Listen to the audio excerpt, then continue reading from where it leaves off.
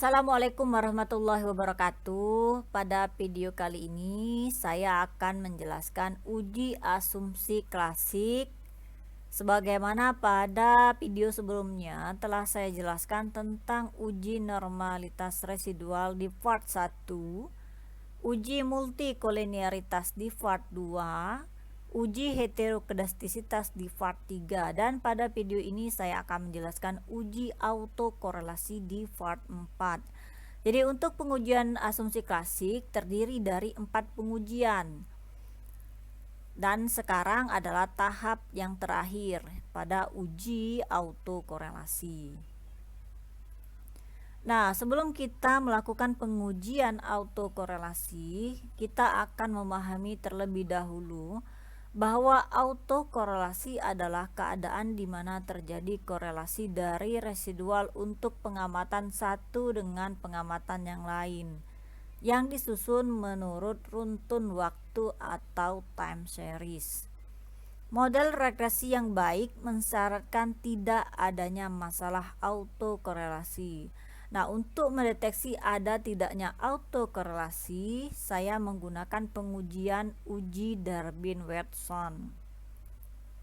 Sebelum kita melakukan pengujian, maka terlebih dahulu kita harus memahami bahwa simbol N ini adalah jumlah sampel, K merupakan jumlah variabel, DL adalah batas bawah Durbin-Watson, DU merupakan batas atas Durbin-Watson. Maka kita akan melakukan pengujian dengan model keputusan. Jadi ada model keputusan apakah pengujian yang kita lakukan itu terjadi autokorelasi atau tidak terjadi autokorelasi. Nah, untuk DU kurang dari DW kurang dari 4 min DU, maka H0 diterima atau tidak terjadi autokorelasi. Dan apabila kemudian DW kurang dari DL atau DW lebih dari 4 min DL, maka H0 ditolak. Kalau H0 ditolak, maka terjadi autokorelasi. Dan selanjutnya, kriteria yang selanjutnya, apabila DL kurang dari DW kurang dari DU atau 4 min DU kurang dari DW kurang dari 4 min DL, maka tidak ada keputusan yang pasti. Oke, ini ya cara pengambilan keputusan pada pengujian uji Durbin-Watson. Baiklah, selanjutnya kita akan melakukan pengujiannya dulu. Pertama, seperti biasa, kita buka tabulasi yang kita miliki. Kemudian selanjutnya kita buka SPSS-nya langsung. SPSS yang saya miliki itu versi 26. Oke, sambil menunggu ya. Kita akan menunggu sampai terbuka aplikasinya. Oke, ini sudah terbuka aplikasinya. Kita seperti biasa kita klik variable view. Kemudian kita ketik di sini, karena kita punya variabel independennya 2, jadi X1, X2 dan Y. Di sini saya memiliki variabel independen pertama, independen kedua, dan dependennya Y. Desimalnya saya buat semuanya 0 dan skalanya saya pilih yang scale. Kemudian klik di data view. Kalau sudah terbuka seperti ini, kemudian sudah ada variabel di atasnya, tinggal kita pindahkan yang dari Excel. Kita copy dari Excel, kita masukkan ke SPSS-nya.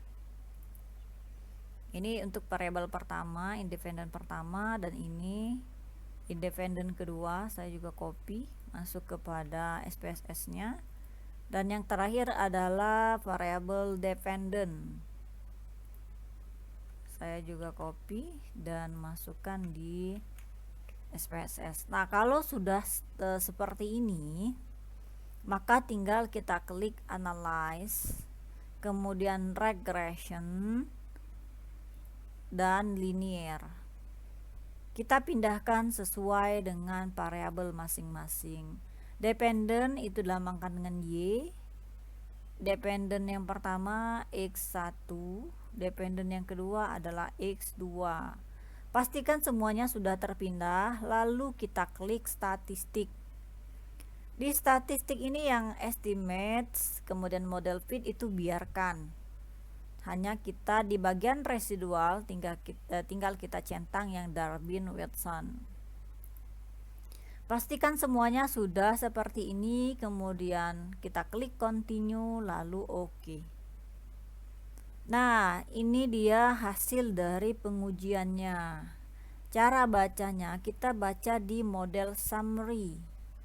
Di model summary kita lihat di bagian Darwin-Watson bahwa hasil yang kita peroleh adalah 2000 ya, 2.000, jadi 2000 Oke, langsung saja kita masukkan di datanya ya. Kita tadi sudah memiliki ini keputusannya ya.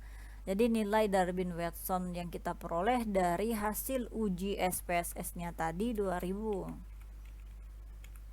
2.000, nolnya 3 kali. Kemudian ini entah ya, ini entah lebih entah kurang, jadi saya buat dulu lebih dari batas atas. Nah, untuk menentukan batas atas dan batas bawah seperti kriteria yang sebelumnya saya jelaskan, bahwa apabila tidak terjadi autokorelasi, ini nih model pengambilan keputusannya. Jadi kita harus model pengambilan keputusannya. Jadi kita harus mencari DU-nya dulu, yaitu batas atas Darwin-Watson, dan DL batas bawah Darwin-Watson.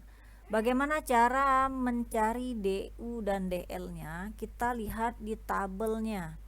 Tabel Darwin-Watson. Kalau saya ambil saja tabel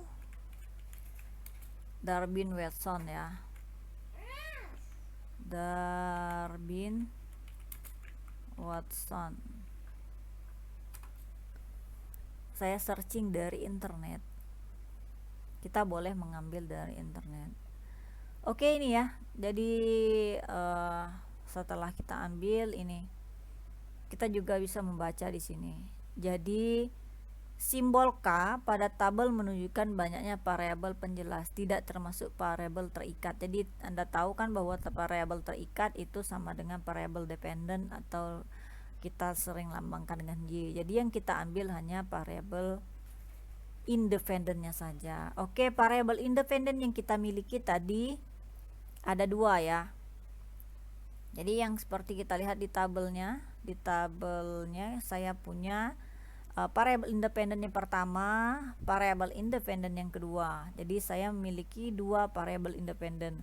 Karena saya memiliki 2 variabel independen, maka saya buat di sini berarti K-nya adalah 2. K sama dengan 2. Ingat ya, ini kriterianya bahwa simbol K menunjukkan banyaknya variabel bebas, tidak termasuk variabel terikat. Oke, K-nya sama dengan 2, jadi saya memiliki responden. Jadi N ini adalah sampel. Saya memiliki sampel 112. Jadi saya memiliki sampel 112. Kalau 112 berarti di sini nih. Ini kurang jelas ya ini. Kalau saya memiliki sampelnya 112 berarti arahnya di sini. Kenapa di bagian ini? Karena memang variabel independen saya punya 2.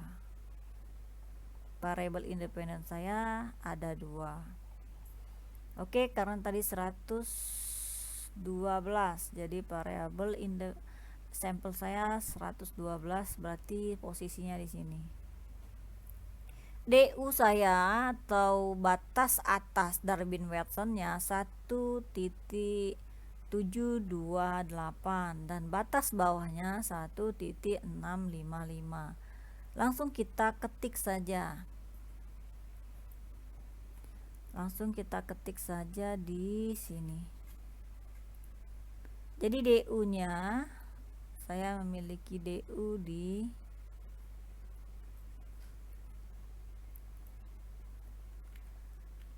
DU-nya 1.728. 7 28 oke 28 ya.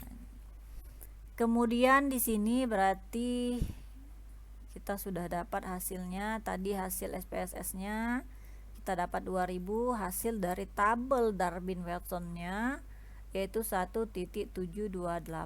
Jadi di sini saya tinggal menambahkan 1.728.